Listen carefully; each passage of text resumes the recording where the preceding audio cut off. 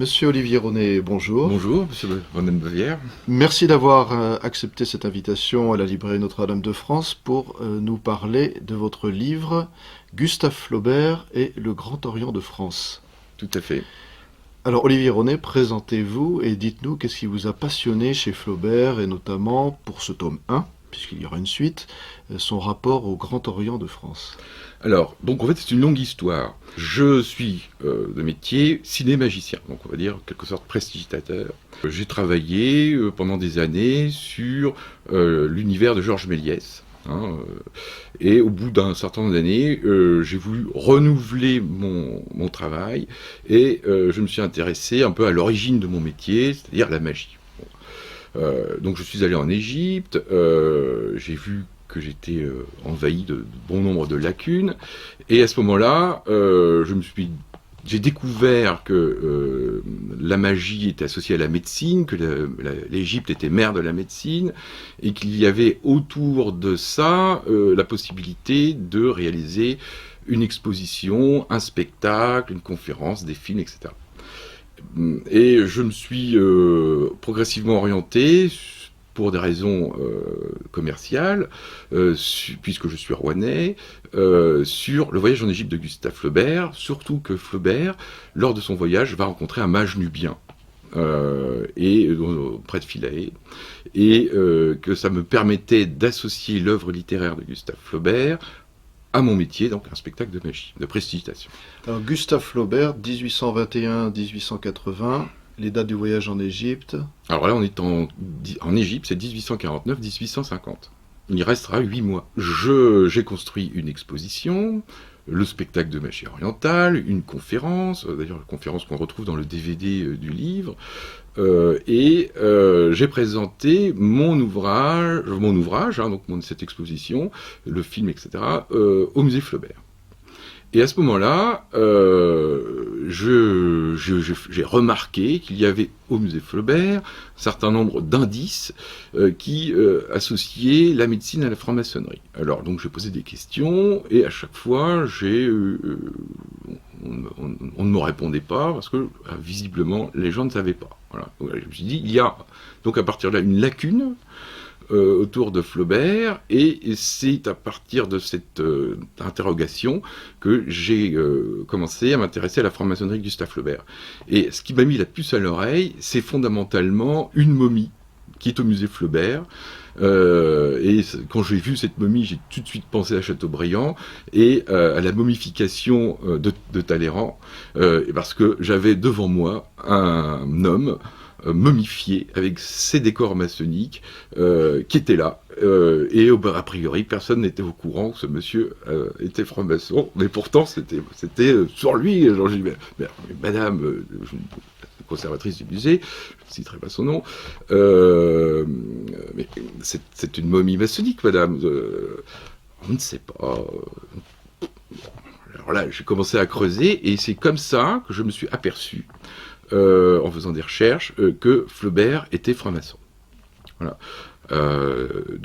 C'est donc l'objet de mon travail, donc 3 volumes. Le premier, Gustave Flaubert, le Grand Orient de France. Le deuxième volume, ça va être le Pacte des Grenouilles, et le troisième volume sera La Danse des Morts, puisque La Danse des Morts est un des principaux textes que Flaubert a écrit alors qu'il avait 15 ans, et qui prouve, à travers les relations qu'il avait avec Langlois Huguenin Dupont de l'Arche, donc un ami de son père, mais aussi son professeur de dessin, le lien par rapport aux travaux de gravure de M. Langlois, que Flaubert avait déjà à 15 ans avec la franc-maçonnerie. Alors le Pacte des Grenouilles, c'est avec Maxime Ducamp.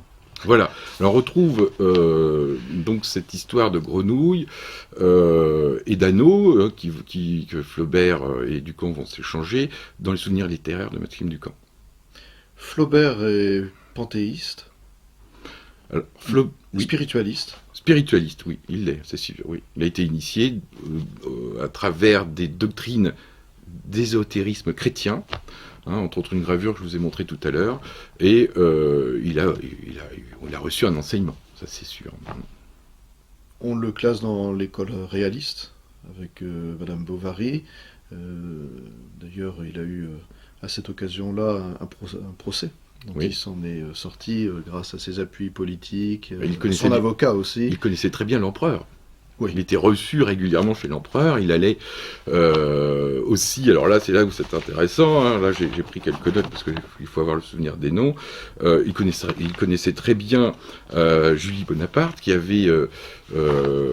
faisait des salons littéraires, et il rencontrait le cousin de Julie, donc Lucien Murat, qui était grand-maître du Grand Orient de France. Hein. C'était une rencontre régulière qu'il avait avec ce milieu auquel il appartenait.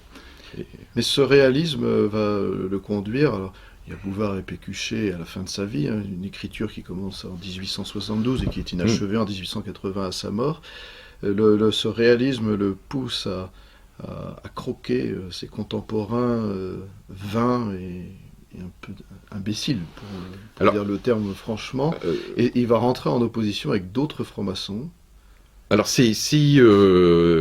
on peut résumer ça comme ça. Il faut savoir que Flaubert était ami avec ces bourgeois qui vilipendait. Hein. Entre autres, il était ami avec Alfred Guérard, qui est le premier à avoir installé une raffinerie de pétrole en France, la Luciline, la société s'appelait la Luciline, où il raffinait ce pétrole lampant, donc pratiquement en face de chez Flaubert, sur une île, et il exploitait le brevet Rockefeller de ce pétrole lampant. Et donc, très rapidement, Flaubert, même pas très rapidement, dès sa naissance, Flaubert est entouré par ce milieu-là. Et il va, parce qu'il a justement une culture spirituelle, les accuser, les vilipender, jusqu'à même avec Bouvard et Pécuchet, hein, il les accuse d'être stupides, de ne pas voir la réalité, d'être à côté de la plaque. Et d'ailleurs, quand il écrit Bouvard et Pécuchet, hein, il va commencer son livre par...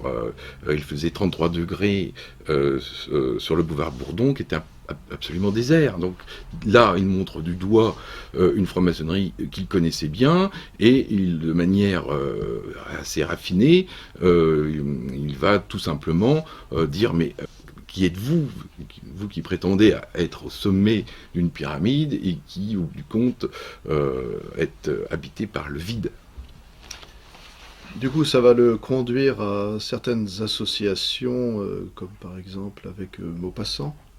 Alors, l'affaire de Maupassant est intéressante parce que Maupassant va être sollicité par la franc-maçonnerie, il va être sollicité par Catulle Mendes. Il faut savoir que Catulle Mendes était un grand ami de Gustave Flaubert. Et que dans la lettre de refus de Maupassant à Catulle Mendes, il parle de notre vénérable, et notre vénérable, bien évidemment, c'est Flaubert. Et là, rien que sur cette lettre, on a une preuve de la franc-maçonnerie de Gustave Flaubert. D'ailleurs, il faut savoir que on peut douter de la non-appartenance de Maupassant à la franc-maçonnerie, parce que à la fin de la lettre, il dit: nous sommes amis, si vous insistez, c'est oui. Et qui va initier à l'écriture Maupassant, c'est Gustave Flaubert. Et alors il y a cet épisode des ratures qui est très intéressant dans l'enseignement que Flaubert a donné à Maupassant. À chaque fois que Maupassant venait avec un texte, Flaubert le regardait et déchirait le travail de Maupassant. Et jusqu'au jour où Maupassant vient avec un certain nombre de ratures, et là il lui dit: bon, c'est bon, tu es prêt. Alors à quoi pourrait correspondre ce travail littéraire entre Maupassant et Flaubert? Bon, il faut savoir que ces auteurs cryptaient leurs ouvrages, utilisaient des techniques de métalangage, et dans un livre présentaient plusieurs livres. Et on peut se poser la question à ce moment-là de savoir si, au bout du compte, cet enseignement que Maupassant a reçu de la part de Gustave Flaubert n'est pas une manière d'initiation. Olivier Ronet, quelle est l'origine du Grand Orient de France? On est sous Louis XV.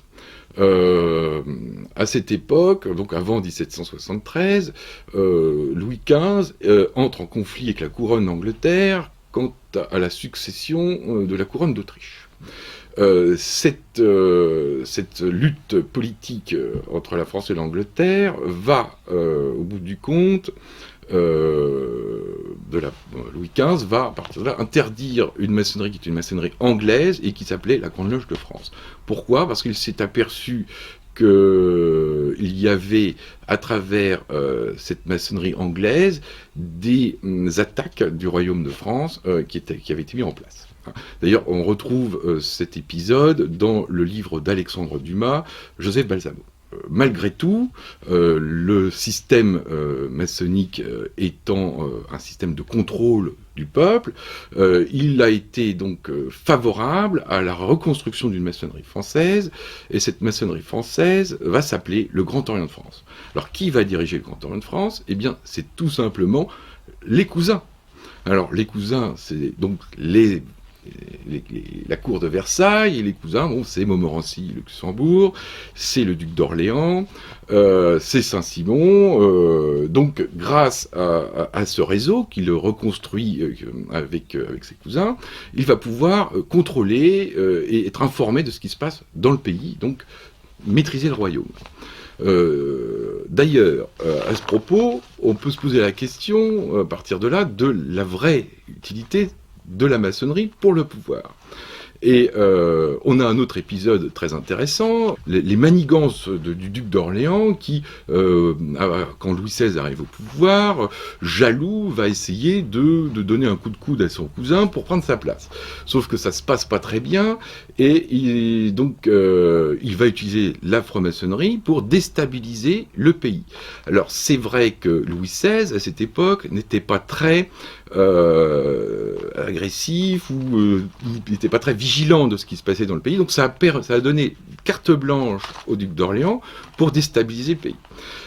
Sauf que ça a dérapé, on est arrivé au moment de la terreur, et les aristocrates et les bons bourgeois se sont retrouvés très rapidement sous le couperet de la guillotine. Ce qui a d'ailleurs décidé Talleyrand à en finir avec Robespierre. Donc Talleyrand, c'est un franc-maçon, c'est un des principaux dirigeants du Grand Orient de France à cette époque, et il va s'organiser pour en finir avec Robespierre. Donc la franc-maçonnerie va mettre un terme à la terreur, et tout doucement reconstituer le tissu social qui avait été en quelque sorte malmené. Donc on arrive après avec Bonaparte, et de nouveau, qui va être à la tête du Grand Orient de France, son frère. On va passer maintenant sous Napoléon III. Sous Napoléon III, qui va être encore une fois grand maître du Grand Orient de France, eh bien on a Lucien Murat, un cousin de Napoléon III. Et comme ça se passe pas très bien avec Lucien Murat, eh bien Napoléon III va essayer de le mettre de côté et le remplacer par un maréchal, donc c'est le maréchal Magnan, qui, lui, n'étant pas maçon, mais étant un homme de confiance, va être initié en 48 heures et nommé d'office grand maître du Grand Orient de France.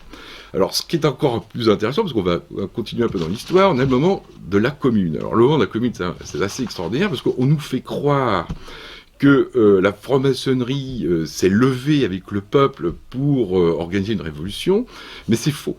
Parce que nous avons à ce moment-là, sous Thiers, un grand maître du Grand Orient de France qui s'appelle Laribière.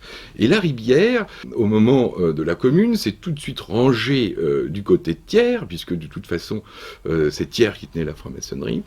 Et les malheureux 1500 dissidents francs-maçons qui sont restés sur les barricades, ceux qui n'ont pas été tués par les balles des soldats, ont été dénoncés, la liste a été dénoncée, donc livrée à Thiers, qui les aura par la suite fait exécuter ou déporter.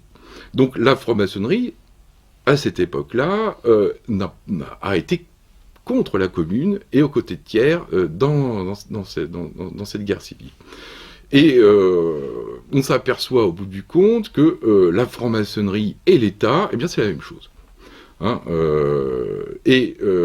L'affaire des fiches, qui aura lieu au début du XXe siècle, nous montre le fonctionnement de la franc-maçonnerie. Et comment ça marche ? Eh bien, c'est simple. Vous avez donc des loges, à partir de là, des travaux. Ces travaux remontent, arrivent dans les mains de celui qui dirige. Alors, ça peut être un président, ça peut être un empereur, ça peut être un roi. Et à partir de là, des actions politiques vont être menées pour conserver la stabilité du pays. La franc-maçonnerie a toujours été un instrument du pouvoir, et donc à partir de là, on peut aussi démystifier cette idée de complot maçonnique, puisque la franc-maçonnerie, c'est l'État. Oui. Et donc c'est c'est parce que Flaubert va être confronté à ça qu'il va avoir des soucis, parce que quand il écrit Candidat, il attaque le pouvoir. Alors, le Grand Orient, là, tel que vous le décrivez, je pourrais le résumer comme étant une sorte de Big Brother. C'est une sorte de lancé police par Louis XV et puis qui sert de police. Tout à fait. Peut-être même jusqu'à nos jours, vu la composition du gouvernement. Jusqu'à nos jours, mais même à l'époque du Front populaire, nous avions un grand maître qui s'appelait Groussier, et Groussier donc était proche du gouvernement du Front populaire. C'est toujours la même histoire. Et aujourd'hui, il y a deux tendances au Grand Orient de France. Il y a la tendance proche de Barthelone, et la tendance qui est proche de Hollande. Alors il y a les hollandistes et il y a les bartheloniens. Et bien évidemment, c'est la mouvance hollandiste qui tient le Grand Orient de France, puisque Daniel Keller est proche du président de la République. Encore une fois, on est sur le même schéma. Olivier Ronet, Gustave Flaubert va rentrer en conflit avec ce Grand Orient à l'occasion de la présentation à Paris d'une pièce, Le Candidat, 1874. On ne peut pas vraiment dire qu'il rentre en conflit ouvert, mais en revanche, on peut dire qu'il attaque l'entité de l'homme politique. Il attaque fondamentalement l'hypocrisie, la sournoiserie des politiciens. Quand il écrit cette pièce, on est en 74, elle est présentée en 74 à Paris, on est 1 an avant l'amendement Vallon, il met directement en cause le système. Il ira jusqu'à quelques mois avant sa mort, il continuera, à ce moment-là, Zola songeait à un journal, et il voulait, avec donc Maupassant, écrire un certain nombre d'articles. Le thème des articles que Flaubert devait écrire, c'était les tyrans du XIXe siècle.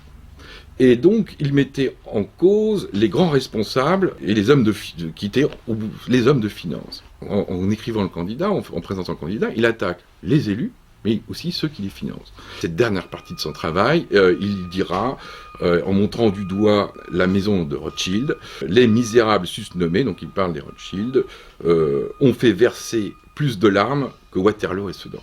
Donc là, il est en confrontation directe avec cette bourgeoisie rouennaise, donc les grands financiers, qui sont en quelque sorte chapeautés par Rockefeller et Rothschild, le Grand Orient de France étant, entre guillemets, racheté par ses forces et ses puissances financières, eh bien il s'attaque à ces gens-là. Alors évidemment, ça lui a causé, par rapport à l'entreprise de Comanville, donc une entreprise de commerce du bois, un certain nombre de problèmes financiers qui le poussera jusqu'à la ruine. Donc on peut aller jusqu'à se poser la question de savoir si on ne l'a pas un peu aidé. Oui, parce qu'il meurt dans la misère en 1880. Voilà. Olivier Ronet, merci beaucoup pour cet entretien sur votre Gustave Flaubert et le Grand Orient de France, qui est donc le premier volet d'une série de 3 livres sur Gustave Flaubert. Le second, dont je vois le manuscrit sur la table, c'est consacré au voyage en Égypte. Et consacré au voyage en Égypte. Et au lien que Flaubert... Donc le propre maçonnisme de Flaubert. Alors c'est les liens intellectuels que Flaubert va avoir avec Maxime Ducamp, et une démonstration assez travailler de leur franc-maçonnerie mutuelle. Il faut savoir que Maxime Ducamp fait partie de la grande aristocratie française, et quand il a cet héritage familial qui est colossal, il hérite de la bibliothèque d'Herbelot, qui est la bibliothèque orientaliste par excellence, et qui est à l'origine des principaux rites maçonniques. Et ça, c'est vraiment intéressant. Et cette bibliothèque dont il va hériter sera dans l'une de ses propriétés, donc une commanderie templière qu'il hérite. Vous voyez, on voit tout de suite le lien familial entre Maxime Ducamp, à travers le tome 2, et ces Versaillais aristocrates, cousins du roi, hein, qui ont monté cette maçonnerie française. Olivier René, merci beaucoup. Merci pour avoir répondu à cette invitation. Et merci de me recevoir, de me permettre de parler de mon travail. À très bientôt.